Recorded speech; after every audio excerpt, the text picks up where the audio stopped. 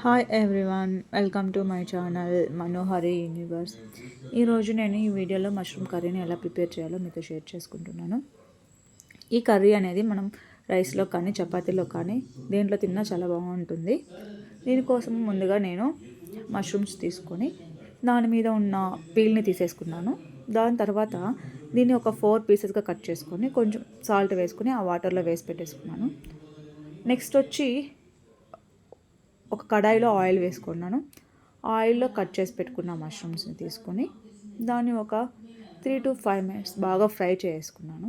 దాని తర్వాత వాటిని పక్కన పెట్టేసుకొని చిన్నగా కట్ చేసి పెట్టుకున్న ఒక 2 ఉల్లిపాయలని బాగా ఫ్రై చేసుకున్నాను. అది కూడా గోల్డెన్ బ్రౌన్ కలర్లో వచ్చే వరకు ఫ్రై చేసుకున్నాను.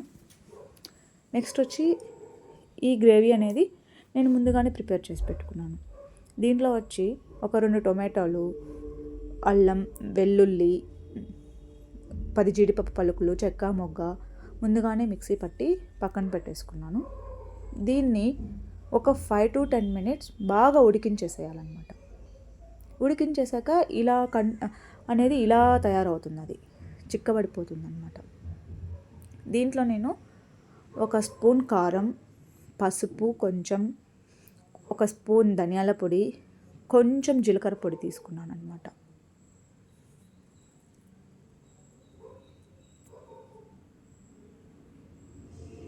అలా తీసుకున్న వాటిని బాగా మిక్స్ చేసుకున్నాను. దాంట్లో మళ్ళీ మనం ముందుగా వేయించి పెట్టుకున్న మష్రూమ్స్ని వేసుకొని ఒక 1 or 2 minutes అనేది వేయించేసుకున్నాను అనమాట.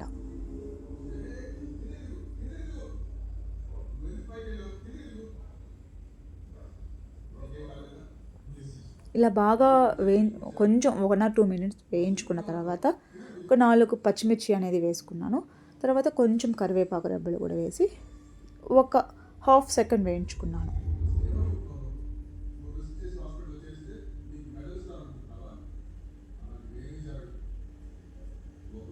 అలా వేయించుకున్న దాంట్లో ఒక 2 glasses వాటర్ వేసేసుకున్నాను.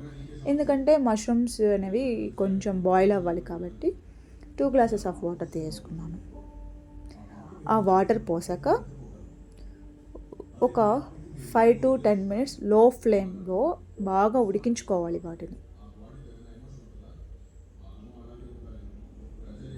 అలా ఉడికాక లాస్ట్లో మనం కొత్తిమీర అనేది వేసుకొని గార్నిష్ చేసుకున్నాం. లేదంటే టేస్ట్ కొత్తిమీర